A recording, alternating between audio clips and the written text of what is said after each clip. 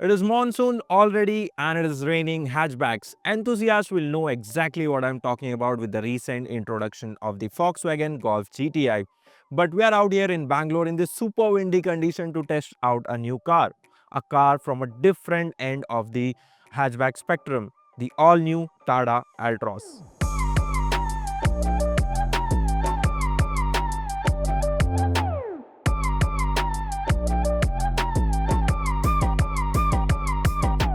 What you see here in the frame is the new and updated Tata Altroz. Now it has become more stylish, it comes packing more features, improved safety with same old variety of powertrain options. In this video, we will mainly focus on the CNG spec Altroz and I'll try to detail everything that you should know before you plan to shell out your money on this one. My name is Haji and you are watching CarWale.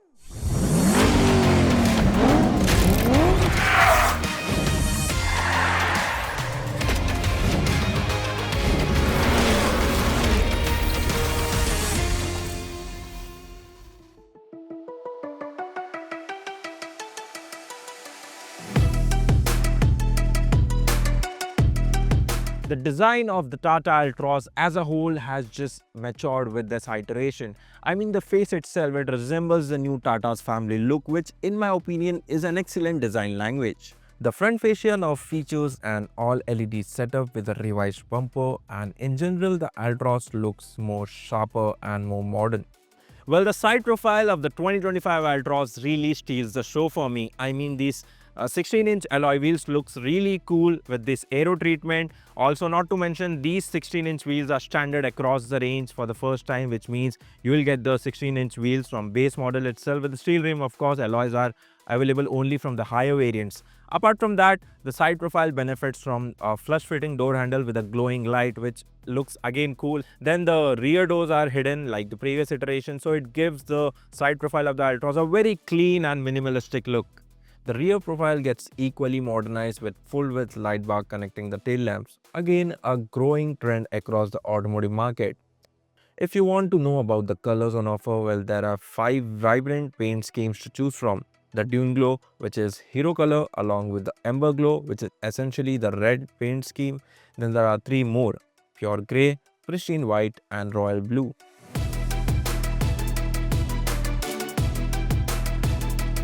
The brand has changed the variant names and now the Altroz can be had in 7 variants: Smart, Pure, Pure S, Creative, Creative S, Accomplished S and Accomplished Plus S. Now this is the CNG version in Accomplished S, guys, which is the second variant to the top. Now Tata has done an excellent job in the variants distribution. I mean, this is one of the only car in its segment to be offered with CNG versions almost in across all the variants except for the top spec, which means now customers won't have to settle for the base spec variant just because they're buying CNG car. They can opt for the higher variants which gets most of the features. So kudos to Tata for that. As for the prices, the CNG range for the Altroz starts at Rs 7.89 lakh and the one you see here costs Rs 11.09 lakh. Now that brings me to the features of this Rs 11.10 lakh rupees CNG Tata Altroz. Well, you are getting a new 10.25-inch infotainment screen which runs on clean and responsive UI. There's this new dashboard layout, ambient lighting, the 7-inch digital instrument panel as well. Then there's other features like touch beige HVAC panel, an electric sunroof, wireless charger and a 65-watt wired charger. All of these features are available in the CNG variant. However, there are a few misses. For example, the instrument panel here is of 7-inch rather than 10-inch, which is being offered in the top of the line version. Also, there's no air purifier, there's no connected car tech over here. Now, talking point of any CNG car has to be the practicality of the boot space. I mean, in CNG cars, boot space is almost occupied by the CNG kit. So let's take a closer look at what Tata has to offer with the Altroz CNG. Now for the petrol variants of the Tata Altroz, you are getting a boot space capacity of 345 liters, which is largest in the segment. And for the CNG variants, as you can see, this gets usable boot space of 210 liters, which is again biggest in the segment.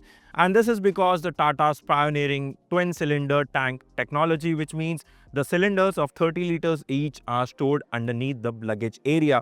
Now, if you think you're not getting a spare wheel because of the CNG tech, then you're wrong, because Tata is also providing a spare wheel which is mounted underneath.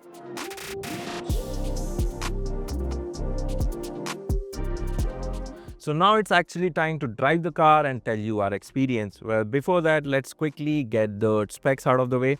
You can have the new Tata Altroz in 3 version with 2 petrol, which means 1.2 liter NA petrol engine. Same can be had with a CNG kit, and then there's the 1.5 liter diesel motor. Well, for the gearboxes, a 5-speed manual unit is standard across the range. Meanwhile, the NA petrol engine gets 2 new gearboxes. Yes, there's an AMT gearbox this time along with a 6-speed DCA. Now, the diesel motor is only available with a 5-speed manual gearbox. That said, this is the CNG variant, of course, with a manual unit. And before starting, I'd like to highlight one point. There's a dedicated CNG switch button over on the hatchback panel, which means you can start the car in CNG mode itself. Not just that, you can seamlessly transition from CNG to petrol and vice versa while also on the move. That is a very cool feature. That's it. It's time to head to the highway and see how it performs there.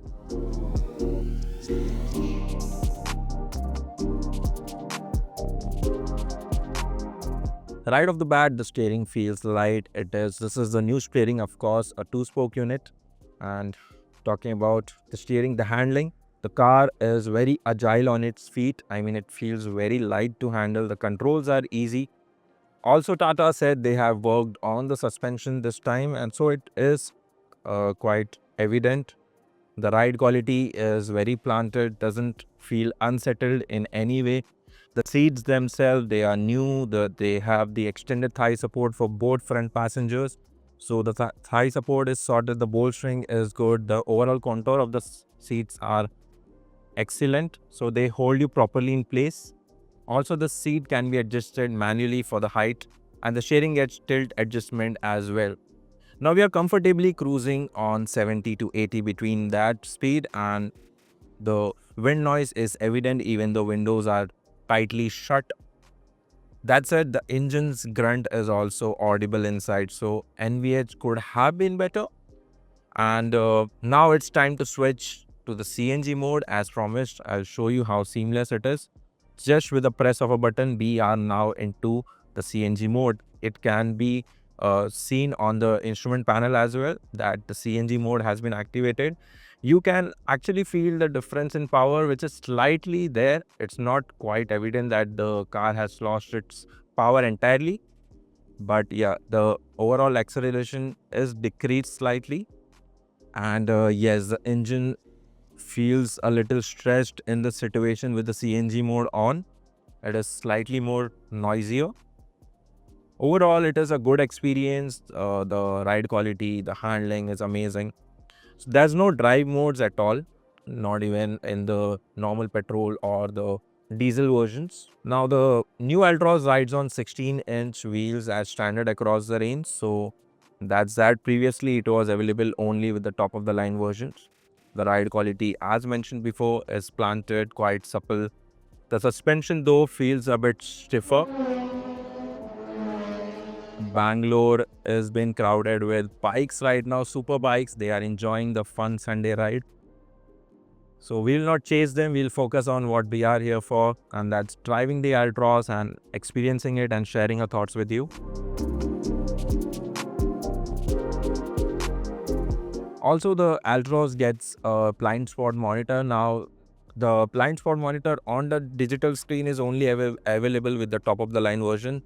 The blind spot in this particular version, the lower spec, the second to top variant, is visible on the infotainment screen. So it is quite clear, but it cuts off the maps or the music you're playing. So it is quite irritating.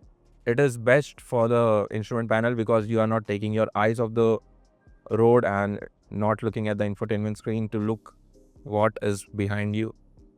The gearbox is not notchy. It is not exactly smooth as well. There's few jerks you might feel. The clutch is extremely light, so that's a plus point. Also, you get a dedicated dead pedal this time.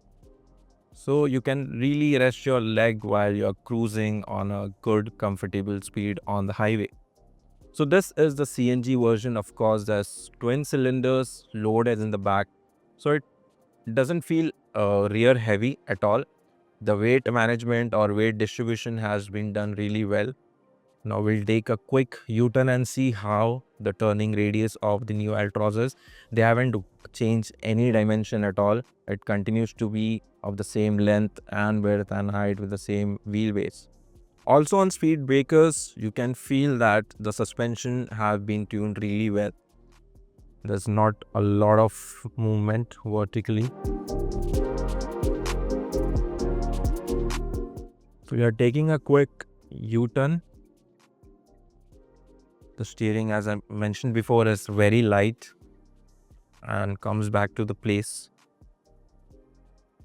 It's slightly dead in some of the spots, so steering feedback is decent enough. Again, you can hear the engine's grunt when you're pushing harder, accelerating harder. So in fact, continuing the trend, the Tata's the petrol engines are noisier, and it hasn't been changed that much in this one as well. Also, while overtaking, you have to downshift because the power band is very limited. The mids are still decent when you feel the car is in good speed with around 2500 at 2500 rpm. So if we try to push harder on the corners, now I'm currently doing 95, and on the corners, the car feels very planted, doesn't go off the trail. About the braking performance, there are disc brakes up front and they are good. The brake bite is decent, they are progressive. That said, let's talk about the visibility factor. Considering that this is a hatchback, you sit slightly lower. The pillars, the A pillars of course are thick. Apart from that, the window area, the glass area is good.